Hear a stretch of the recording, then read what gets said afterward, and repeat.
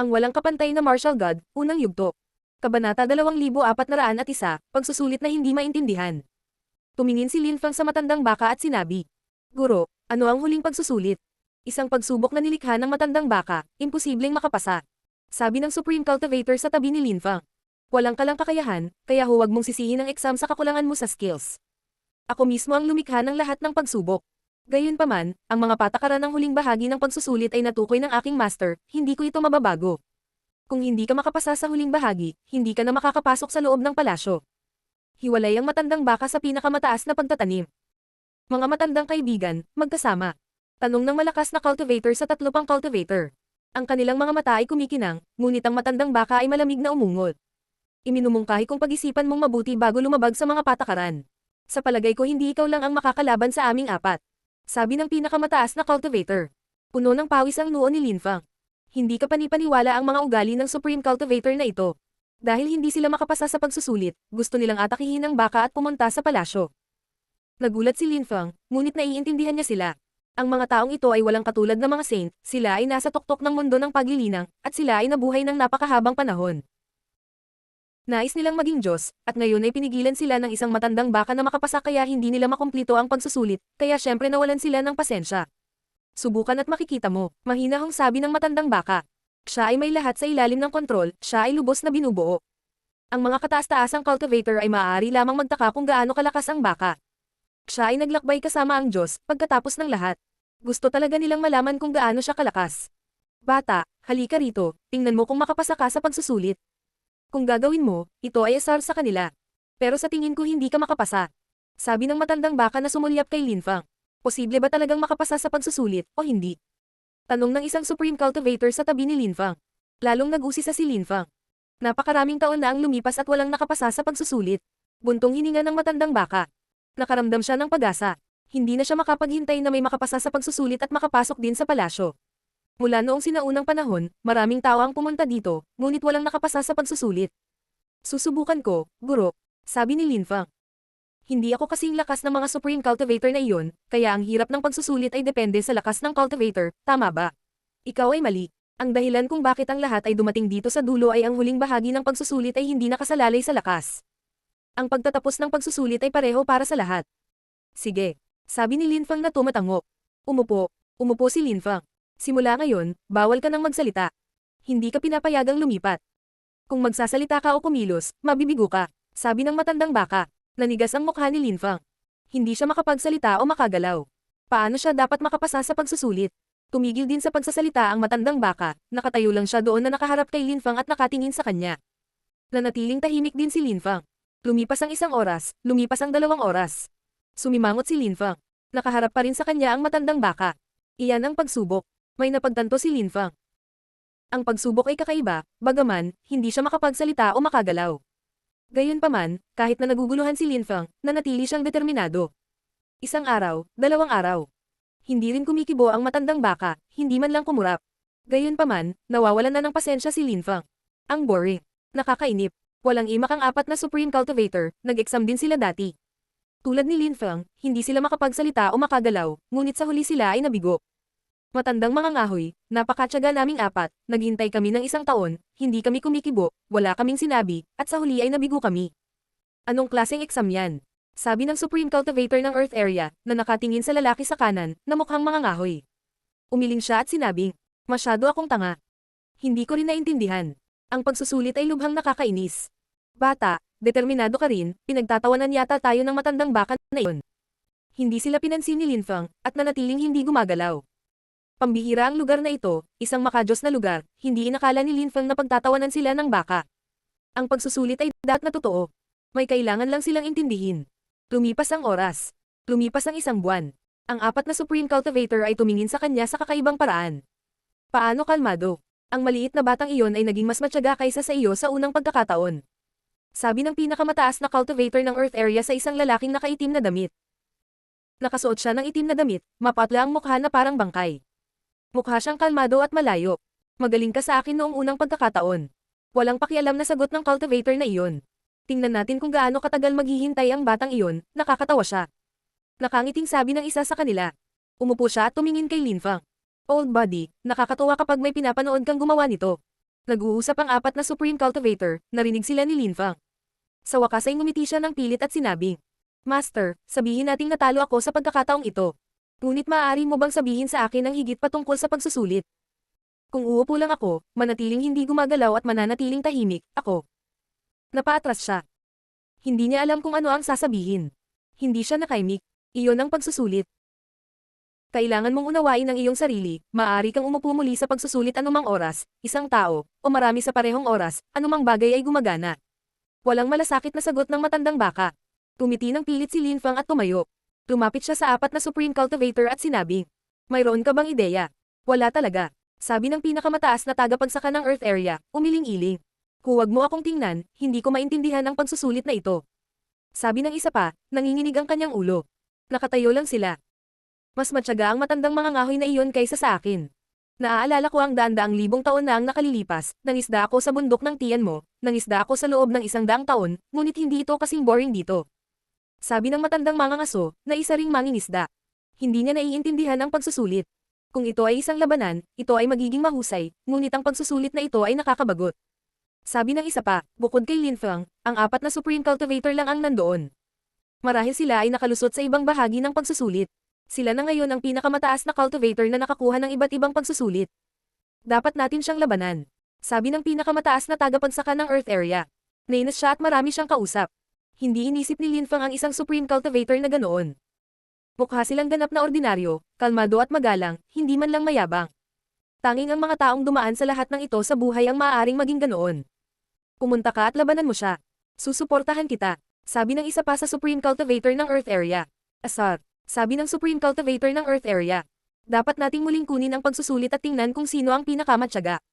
Sabi ng mga ngahoy. Mabuti. Baka pagtyagaan pa natin. Sigurado akong mas matyaga pa ako kaysa sa kanya. Sabi ng isa pa, habang nakatingin sa Supreme Cultivator ng Earth Area. Ganoon ba? Subukan natin. Ang apat na kataas-taasang cultivator pagkatapos ay umupo na nakakrus sa harap ng matandang baka. Ang matandang baka ay nahati sa 5 cultivator, bawat isa sa kanila ay nakaupo sa harap ng 5.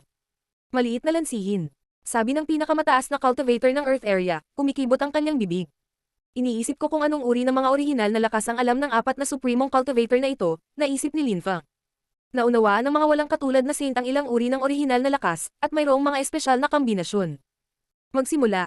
Walang pakialam na sabi ng matandang baka. Hindi sila makagalaw at hindi makapagsalita. Lumipas ang oras. Ang mga taong iyon ay hindi kapani-paniwala.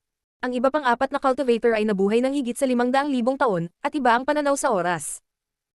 Ang problema ay naiinip sila. Lumipas ang 1 taon at narinig ni Linfang na may kumausap sa kanya sa telepathically.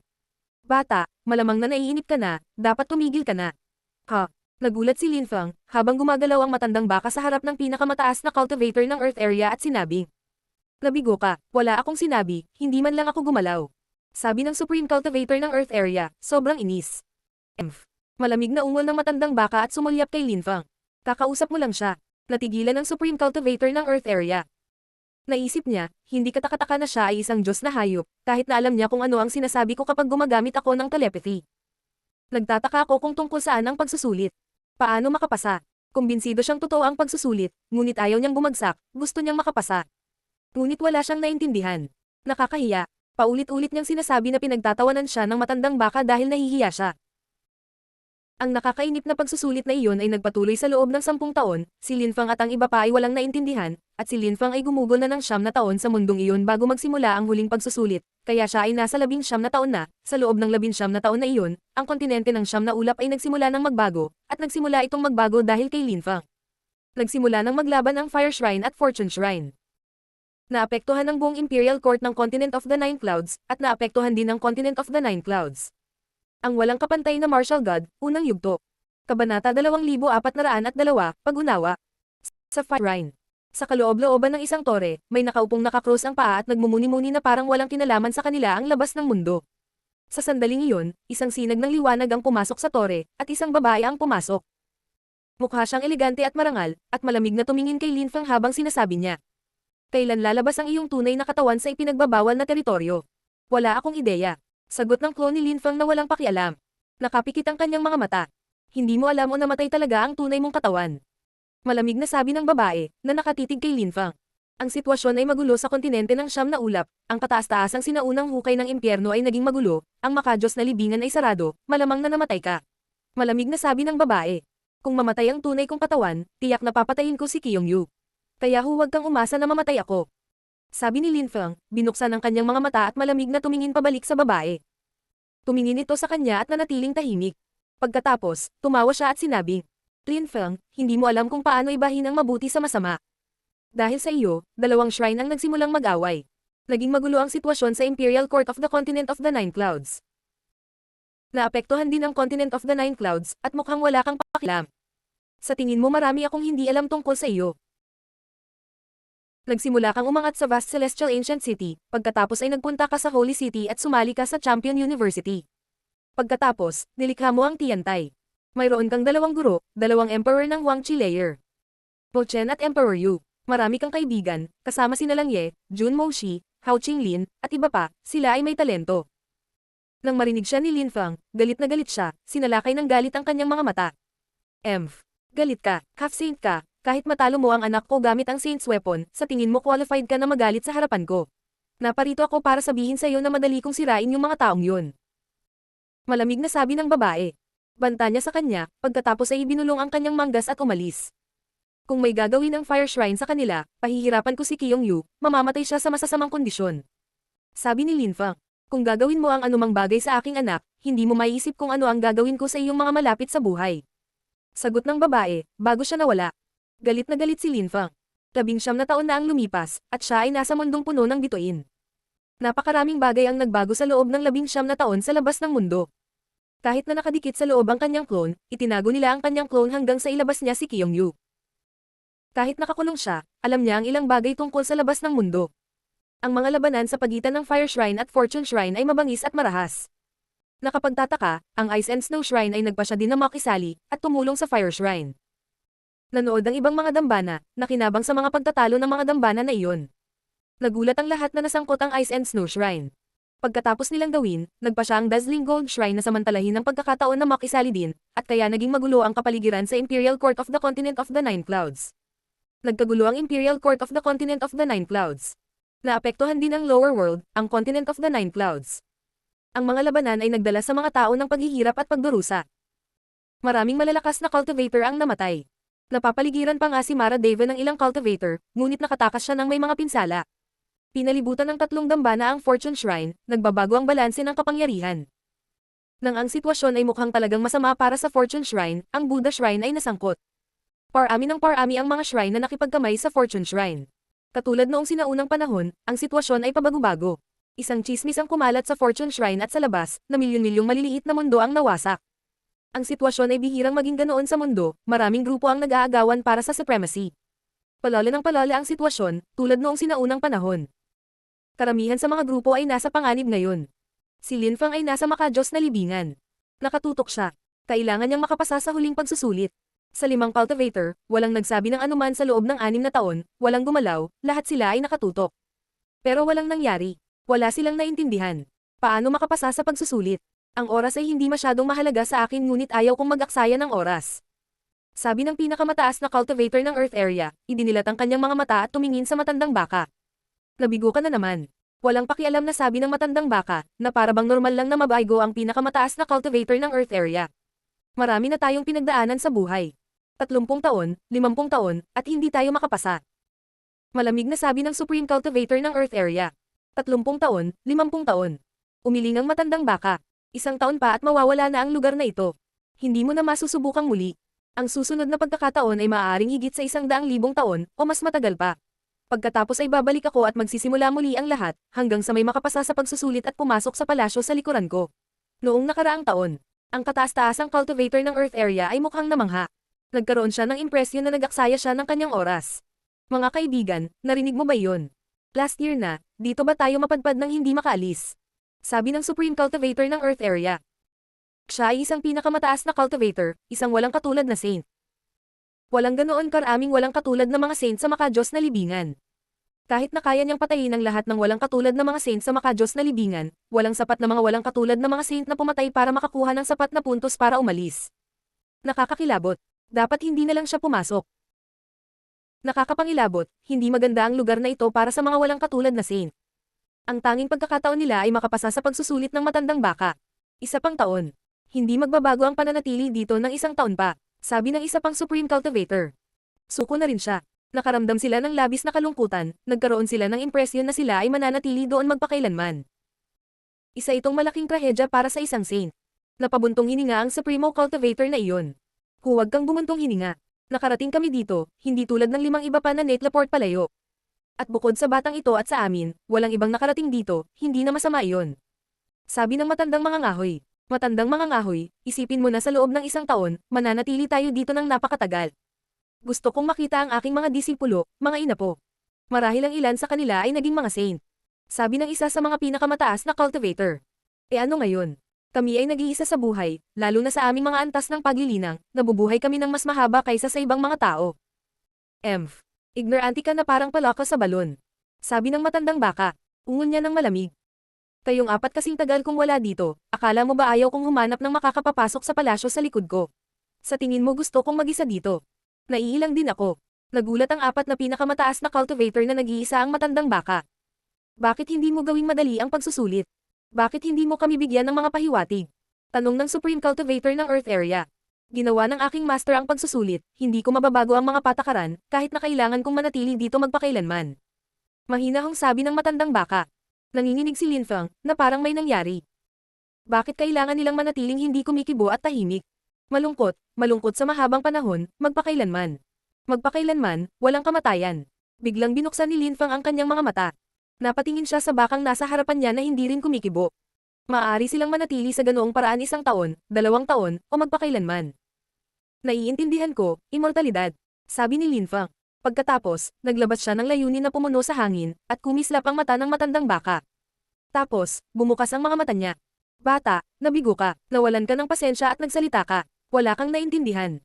Sabi ng Supreme Cultivator ng Earth Area. Hindi. Sabi ni Linfang, umiling-iling. Tumiti siya at sinabi. Guro, naiintindihan ko, ha? Ang kataas-taasang cultivator ng Earth Area ay namangha. Naiintindihan mo talaga. Tumanggo si Linfang. Muling nagsanib ang 5 baka. Tumingin siya kay Linfang na kinakabahan. Naiintindihan mo, oo, ito ay immortalidad. Gumapang ang kamay ni Linfang sa kalangitan, gumuhit siya ng isang ibon sa kalangitan, ito ay mukhang napakabuhay. Buhay. Sabi ni Linfang. Nagsimulang gumalaw ang ibon. Ito ay napakahina, ngunit ito ay umiiral. Hindi nawala. Ang mga Supreme Cultivator ay natigilan nang magsimula sila sa ibon, hindi nila nagawa ang ginawa ni Linfang. Hahaha, sa wakas, tapos na akong maghintay. Ang matandang baka ay mukhang nasa sabik at nakatitig kay Linfang. Tama ang hula niya. Tumibok ang puso ng Supreme Cultivator ng Earth Area.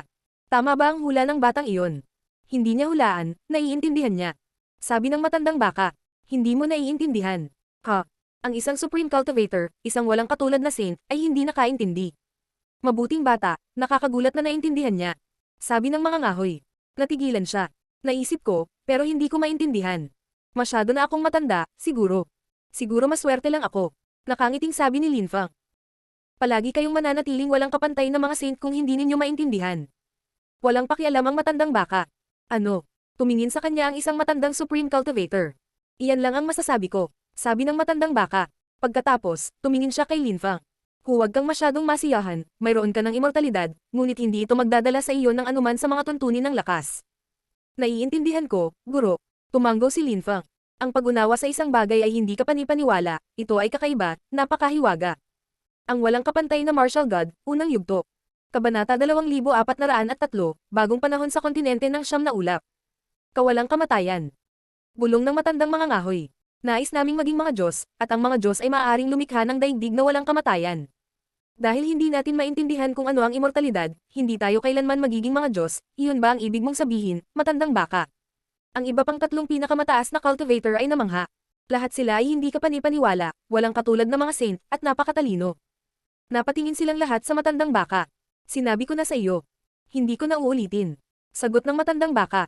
Brother Ox, nasaktan kita noon, ngunit salamat sa iyong mga turo. Sabi ng pinakamataas na tagapagsaka ng Earth Area, na nakangiti sa matandang baka. Ang matandang baka ay sumulyap sa kanya ng walang pakialam, hindi nagulat. Pagkatapos, lumingon siya kay Linfang. Hindi ko akalain na maiintindihan niya, at hindi namin. Bamantong hininga ang pinakamataas na cultivator ng Earth Area, umiling-iling. Sinabi niya kay Linfang. Bata, ano ang pangalan mo? Lin Feng, Master. Magalang na sabi ni Lin Feng. Muling lumitaw ang tunay niyang mukha. Haha, kahanga-hanga, alam kong gumagamit ka ng isang hindi kapani-paniwalang pamamaraan upang itago ang iyong tunay na mukha, ngunit malamang na mayroon kang iyong mga dahilan, kaya hindi ako nagtanong. Sabi ng pinakamataas na tagapagsaka ng Earth Area. Nagulat si Lin Feng. Paano mo nalaman, Master? Kahit nabaguhin mo ang iyong mukha, walang maaaring itago ang malamig na mga mata. Sabi ng pinakamataas na cultivator ng Earth Area na nakangiti. Pero tapat ka, at ipinakita mo na sa amin ang tunay mong mukha. Mayroon kang hindi kapani-paniwalang komprehensibong kakayahan, dapat tayong maging magkaibigan. Paano ako tatanggi? Tumiti si Lin Feng. Ang mga taong ito ay pinakamataas na activator. Huwag mo nang sabihing master, tawagin mo akong ordinaryo, at kilala mo ang tatlo pa. Saleng, Old Ghost, at Woodcutter. Sobrang mas bata ka sa amin, kaya isaalang-alang kaming mga nakatatandang kapatid. Sabi ng Supreme Cultivator ng Earth Area. Kapag natural ang ngiti, kakaiba ang itsura niya. Brother Ordinary. Tumiti si Lin Feng. Gusto rin niyang sumunod ng mahigpit sa mga formalidad. Nga pala, Lin Feng, gaano ka nakatagal nagsasanay ng cultivation? Tanong ni Old Ghost. Wala pang 100 taon. Sagot ni Lin Feng na may ngiti. Ang kataas-taasang cultivator ay namangha, at napabuntong hininga sa pagkamangha. Si Lin Feng ay isa ng mababang antas na saint, gaano kahanga-hanga. Siya ay talagang isang hindi kapani-paniwalang henyo. Mahihigitan tayo ng mga nakababatang henerasyon sa tamang panahon. Buntong hininga si Woodcutter. Wala pa akong narinig na ganoong nakakatakot na cultivator. Guro, may 2 cultivator dito na ang bilis ng paglilinang ay mas mabilis kaysa sa akin. Sabi ni Lin Feng. Ang mga cultivator ay natulala. Ang isa ay hindi kapani-paniwala, ngunit ang ilan ay mas hindi kapani-paniwala. Matagal na tayong nakakulong sa loob, nagbabago ang mundo. Sabi ni Old Ghost. Napabuntong hininga ang iba. May mga bagong henyo sa lahat ng oras. Nagbabago ang lahat, syempre. Kapag maraming malalakas na cultivator sa mundo, nagiging magulo ang lahat. Bulong ni Woodcutter. Tama ka, naging magulo na ang labas ng mundo. Walang pakialam na sabi ng matandang baka. Nagulat si Lin Feng. Ang mga taong ito ay talagang malakas, alam nila ang lahat ng mga detalye, may kakilakilabot ba talagang mangyayari sa kontinente ng Siyam na Ulap. 20 taon na si Lin Feng dito at nakapasa sa lahat ng pagsusulit. Napakaswerte niya. Mula ngayon, hindi na babalik ang Starlit Area. Walang pakialam na sabi ng matandang baka. Natigilan si Lin Feng. Ang Starlit Area ng Godly Grave ay mawawala na ng tuluyan. Lumipas ang maraming taon, at ang Starlit Area ay palaging umiiral sa makadiyos na libingan. Talaga bang mawawala ito ng tuluyan? Isa iyon sa Siyam na lugar, hindi ba libingan ng Diyos ang lugar na iyon? Lin Feng, pumasok ka, sabi ng matandang baka kay Lin Feng. Tumingin si Lin Feng sa palasyo. Ano ang hahanapin niya sa loob? Ang mga Supreme Cultivator ay nasa sabik para kay Lin Feng, ngunit sa kasamaang palad, sila ay nabigo kaya hindi nila siya masundan. Brother Ox, hindi mo ba kami maipapakita kahit kaunti? Nakangiting tanong ng Supreme Cultivator ng Earth Area. Imposible. Matigas na sabi ng matandang baka. Tiningnan sila ni Lin Feng at sinabi, alis na ako, mga kapatid. Pumunta ka, hindi maganda sa atin ang matandang baka. Medyo naiinis na sabi ni Ordinary. Naglakad si Lin Feng patungo sa palasyo. Biglang lumitaw ang mga bituin at naging isang sinaunang landas. Ang sinaunang landas ay napakatalino at nagniningning sa lahat. Lahat, maaari mong tahakin ang landas na iyon upang lisanin ang makadiyos na libingan. Kung hindi ka aalis, ita-teleport ka pabalik sa lugar kung saan ka naroon sa makadiyos na libingan. Mayroon kang 3 araw. Pag-isipan mong mabuti, sabi ng isang boses sa langit. Lahat ay namangha. Maaari ba tayong umalis sa lugar na ito? Hindi pa ako tapos sa exam, paano na lang 3 araw na lang ang natitira? Naisip ng isang nag-e-exam sa malayo. Hahaha, sa wakas, makakaalis na tayo. May biglang humagalpak sa tawa. Sa wakas, makakaalis na sila. Sa wakas ay aalis na ako sa makadiyos na libingan kung saan ako gumugo ng napakaraming oras. May nagsimulang maglakad sa mabituing landas, at nawala. Nakita ng lahat ang daan. Sumimangot ang ilang tao at tumingin sa mabituing daanan. Galing ako roon, nakikilala ko ang daan na iyon. Mabilis silang umalis. Ito ang unang pagkakataon sa loob ng 100,000 taon na ang mga tao ay nakakita ng isang landas upang umalis. Mayroong iba't ibang mga kalsada, sa katunayan, patungo sa iba't ibang mga mundo. Ang 4 na pinakamataas na cultivator ay may magkahalong damdamin. Lahat tayo ay aalis sa oras na ito. Sabi ni Ordinary na walang pakialam. Matagal na silang nakakulong sa makadiyos na libingan, at ngayon ay aalis na sila sa wakas. Gayunpaman, medyo nalungkot din silang umalis. Ngayon pwede na tayong lahat umalis, kahit kulang tayo ng points. Ang mga taong hindi mga saint ay karaniwang gustong umalis sa sandaling sila ay nasa makadiyos na libingan. Kapag dumating ang mga saint, gusto nilang kumuha ng pagsusulit, ngunit ngayon ay malamang naaalis na ang lahat. Siyempre, At pagkatapos na gumugol ng napakatagal na oras sa makadiyos na libingan, ang makita ang labas ng mundo ay dapat na hindi ka panipaniwala, ito ay magiging hindi ka panipaniwala sa labas. Sabi ni Ordinary na may ngiti. Ordinaryo, ikaw at ako, pati na ang Old Ghost, lahat ay nagmula sa kontinente ng Siyam na Ulap, kung saan lahat ng 12 shrine, tama ba? Tanong ni Woodcutter. Ang isa sa mga kalsada ay tila pamilyar, ito ang patungo sa kontinente ng Siyam na Ulap. Oo, sa ibang lugar nang galing si Saleng. Sabi ni Old Ghost na tumatango-tango. Napatingin silang lahat kay Saleng. Maraming lumaban sa mundong ito ang Siyam sa amin, ngunit wala kaming malubhang laban. Naaalala mo ba ang nahulaan natin? Tinanong ni Saleng ang mga tao. Sa tingin ko tama kami. Oo, ang mga Diyos ay lumikha ng mga mundo. Hindi lang isang mundo ang nilikha nila, dapat may sariling mundo ang bawat Diyos. Ang mga mundo ay hindi konektado, sila ay independyenta, tulad ng maliliit at malalaking mundo. Sa tingin ko, dapat mayroong mga paraan upang maglakbay sa pagitan nila, ngunit hindi lang natin alam ang tungkol sa kanila, o kung nasaan ang mga daanan. Sabi ni Woodcutter, ang kontinente ng Siyam na Ulap ay ang pinakakompletong mundo at pinakamalawak. Marahil ito ang pangunahing mundo. Pupunta ako sa kontinente ng Siyam na Ulap para makita ko ngayon. Sabi ni Saleng. Nagulat ang ibang mga cultivator at nagtanong. Gusto mo bang sumama sa amin sa kontinente ng Siyam na Ulap? Oo. Sagot ni Saleng. Haha. Awesome, hindi kami mag-iisa sa iyo. Napakaraming taon na ang lumipas, walang nakakaalala sa atin sa kontinente ng Siyam na Ulap. Terena, sabi ni Ordinary na lumilipad paakyat. Terena, ang mga cultivator ay bumangon sa himpapawid, sunod-sunod. Mga matandang kaibigan, bakit hindi mo kami hinihintay? Tanong ng isang tao, habang 6 na tao ang lumitaw. Pupunta ka ba sa kontinente ng Siyam na Ulap? Tanong ni Ordinary. Nagulat siya. Oo, ang kontinente ng Siyam na Ulap. Hahaha, kung pupunta tayong lahat, ito ang magiging simula ng isang bagong mahusay na panahon sa kontinente ng Siyam na Ulap. Sabi ni Ordinary na tumawa ng malakas. Pagkatapos, lahat sila ay nagsimulang maglakad sa landas na patungo sa kontinente ng Siyam na Ulap, at naglaho. Malinaw silang narinig ng lahat. Maraming tao mula sa ibang mga mundo ang natulala, ang kontinente ng Siyam na Ulap ba talaga ang pangunahing mundo? Maraming tao ang gustong pumunta at tuklasin ang kontinente ng Siyam na Ulap ngayon.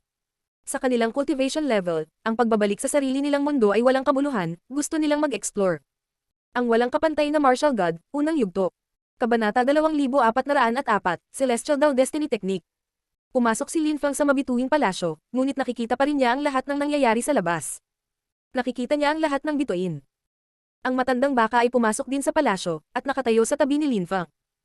Guro, ang mga kalsadang iyon ay patungo sa iba't ibang mundo, tama ba? Sabi ni Linfang. Napagtanto niya na ang kontinente ng Siyam na Ulap ay hindi lamang ang dakilang mundo. Oo, naaalala mo ba ang Giant Gods Clan? Tanong ng matandang baka. Siyempre, si Zhu Shenyan ay dapat na natigil sa nakaraang pagsusulit. Sabi ni Linfang. Guro, bakit bigla kang nagsalita tungkol sa Giant Gods Clan? Ang aking Panginoon ay nagpunta sa maraming maliliit na mundo, at lumikha din siya ng ilang magagandang mundo. Ang mga miyembro ng Giant Gods Clan ay talagang mga inapo ng aking amo. Siyempre hindi lang isa ang bloodline niya. Ngunit ang Giant Gods Clan ay nag-evolve ng maayos. Halimbawa, napakalakas ni Zhu Shenkuishan. Sagot ng matandang baka. Kaya ano ang posisyon ng kontinente ng Siyam na Ulap kumpara sa lahat ng iba pang mundo? Tanong ni Linfang. Sino ang lumikha ng kontinente ng Siyam na Ulap? Nilikha ng aking amo ang kontinente ng Siyam na Ulap. Walang pakialam na sabi ng matandang baka. Pumunta ka, para sa isang taong nakapasa sa lahat ng pagsusulit sa loob ng 20 taon, mukha kang walang malasakit at pinag-uusapan pa ang tungkol sa labas ng mundo. Alam mo ang 4 na kataas-taasang cultivator ay gagawin ang lahat upang pumunta dito.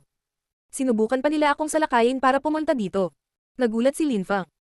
Hindi naman sila sumubok ng ganoon, di ba? Masyado kang walang muwang. Walang pakialam na sinabi ng matandang baka.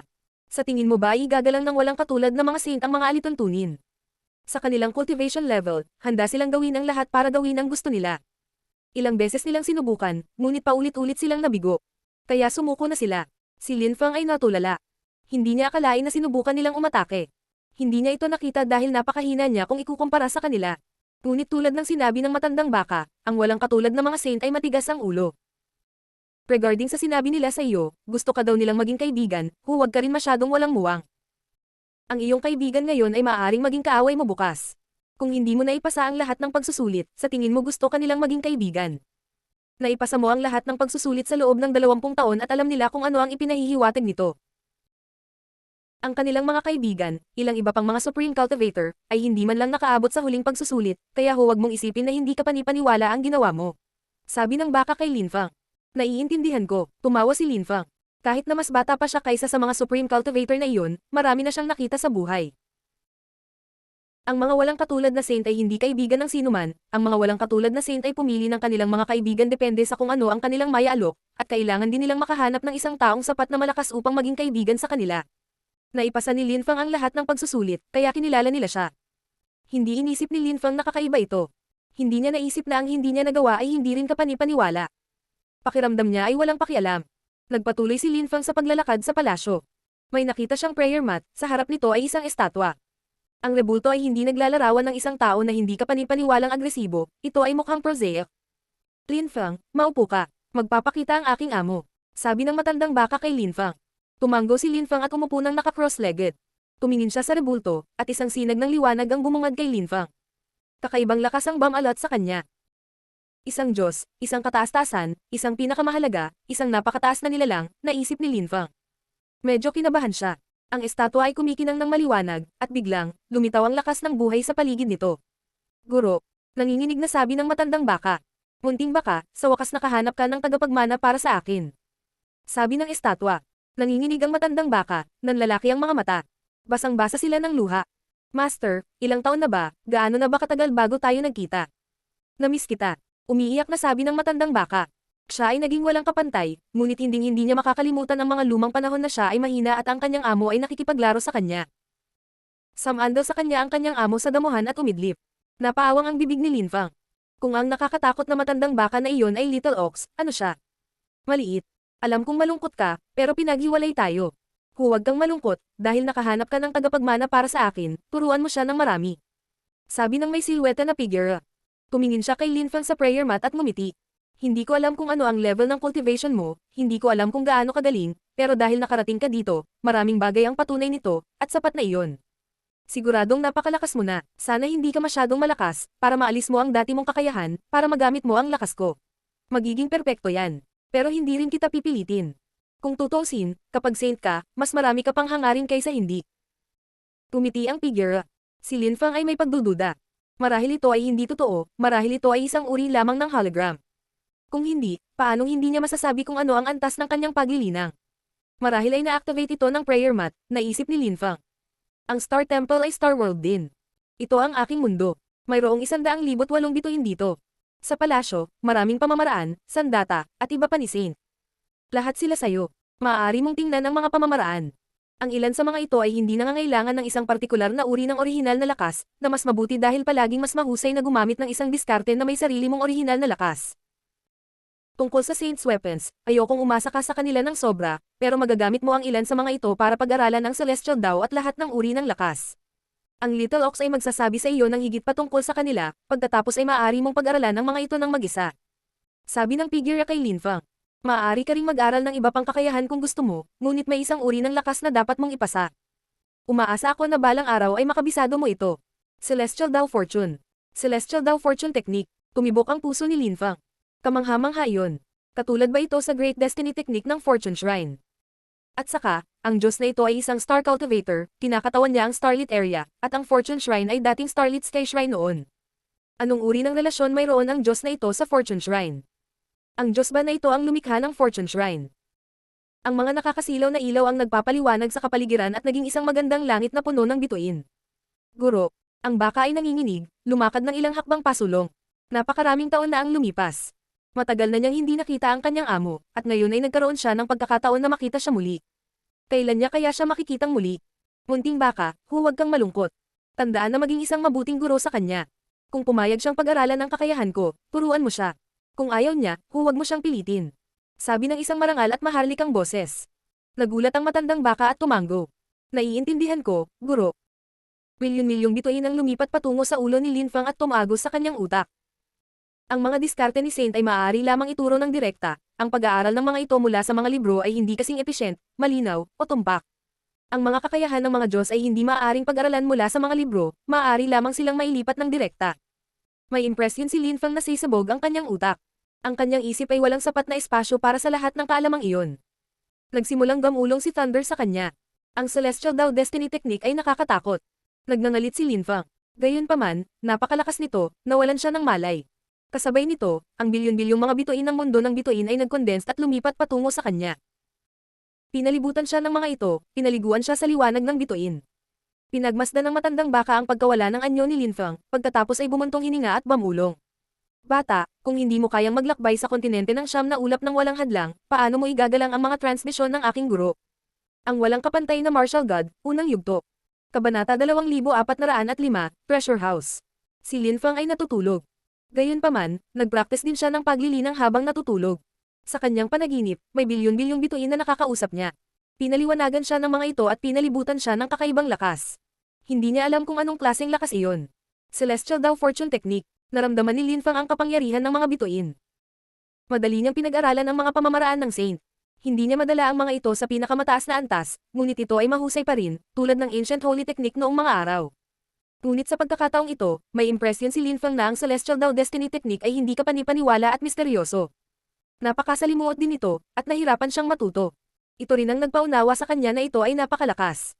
Nagkaroon ng mas kaunting espiritual na enerhiya sa kalangitan na puno ng bituin. Unti-unting umalis ang mga tao sa lugar na iyon. Karamihan sa mga tao ay pumunta sa kontinente ng siyam na ulap.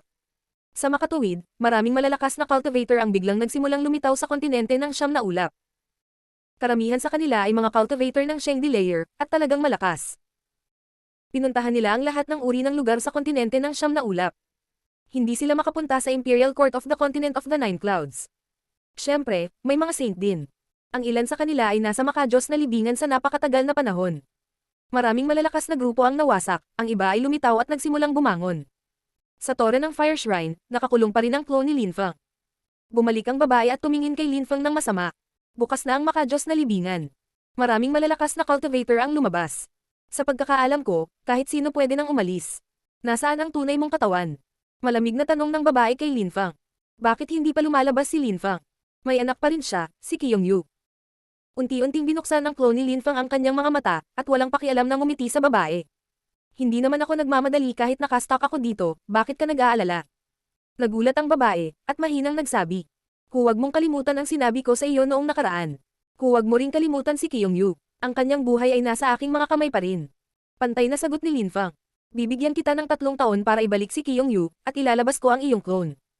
Pagkatapos nito, hindi na ako magtitiis. Sabi ng babae sabay alis. Nagalit si Linfang. Binyantaan na naman siya nito. Ang mundo ngayon ay magulo.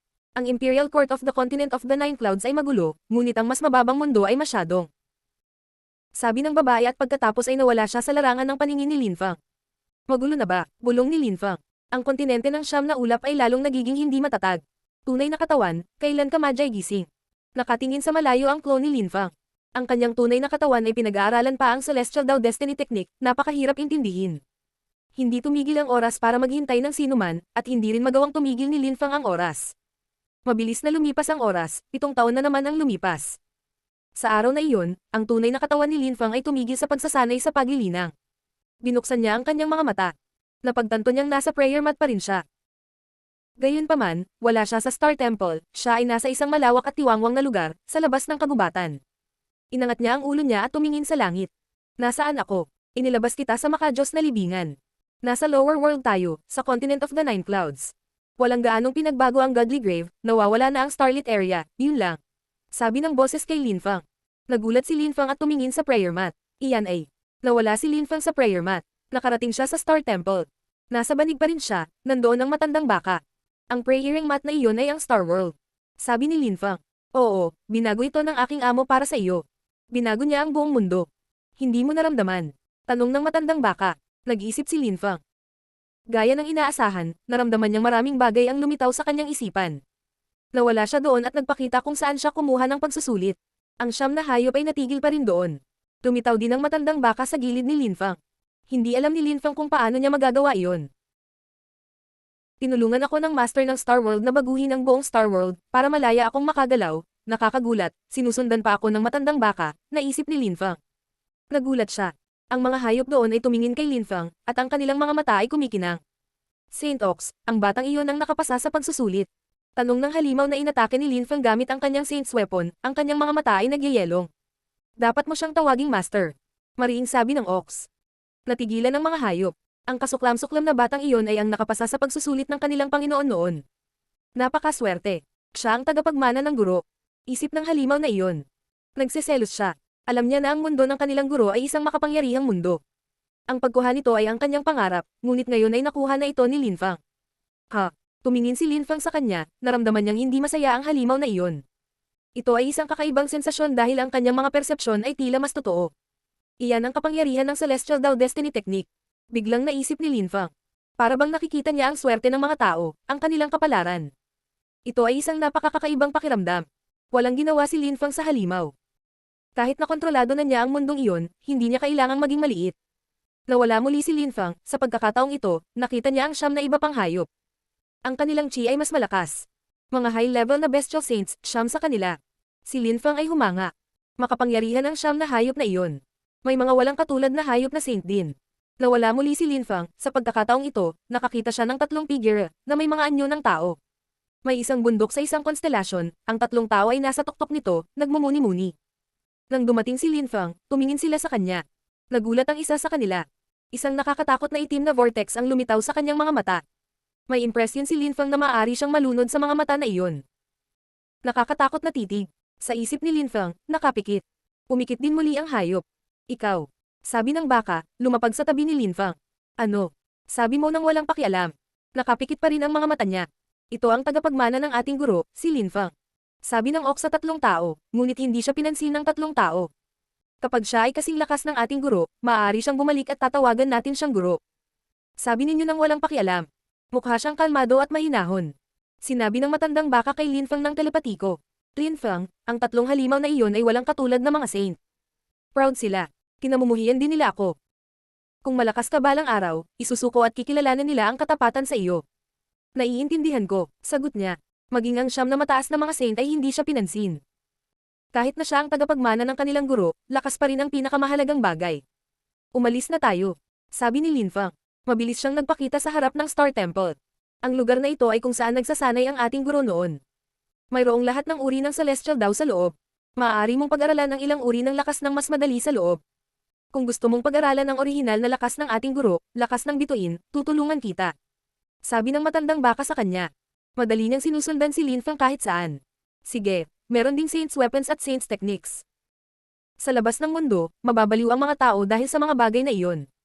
Bulong ni Lin Fang. Sila ay nasa mundo ng bituin, ito ay isang napakalaking mundo na puno ng mga kayamanan. Maraming bagay ang iniwan ng Diyos dito. Gaano nakakatakot. Kahit na pag-aralan ni Lin Fang ang lakas ng bituin, hindi niya ito itatago bilang pangunahing uri ng lakas niya. Nais niyang paunlarin ang lakas ng kanyang Diyos. Kasama dito ang bawat orihinal na lakas sa mundo. Maaari mo bang sabihin sa akin ang tungkol sa mga Diyos? Tanong ni Lin Fang. Mga Diyos. Hindi ko alam kung ilang buhay ang mayroon ng aking guro. Sa ganitong antas ng paglilinang, ang mga tao ay may maraming buhay. Kapag naging malakas ka, matututo ka pa tungkol sa kanila, sa palagay ko. Sabi ng matandang baka, umiling-iling. Magsasanay ka ba sa paglilinang at magmumuni-muni sa pag-iisa ng ilang sandali? Kailangan kong magtungo sa labas ng mundo, may mga bagay na nangyayari. Sagot ni Lin Fang. Tumango ang matandang baka. Mabuti. Pero hindi kita tutulungan sa labas ng mundo. Alam ko, sabi ni Lin Fang. Nawala siya, at muling lumitaw sa labas ng mundo.